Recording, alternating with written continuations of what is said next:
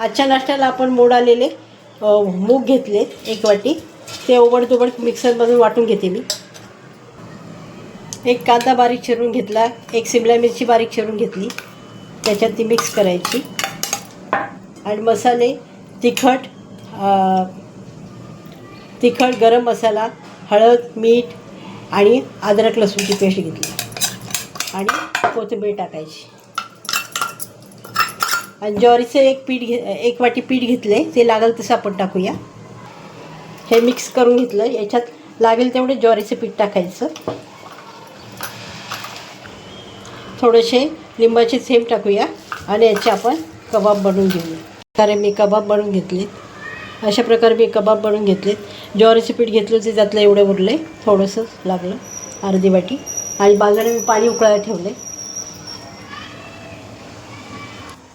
आता मी 10 मिनिटं उकळायला ठेवले. हे लोक काय करते,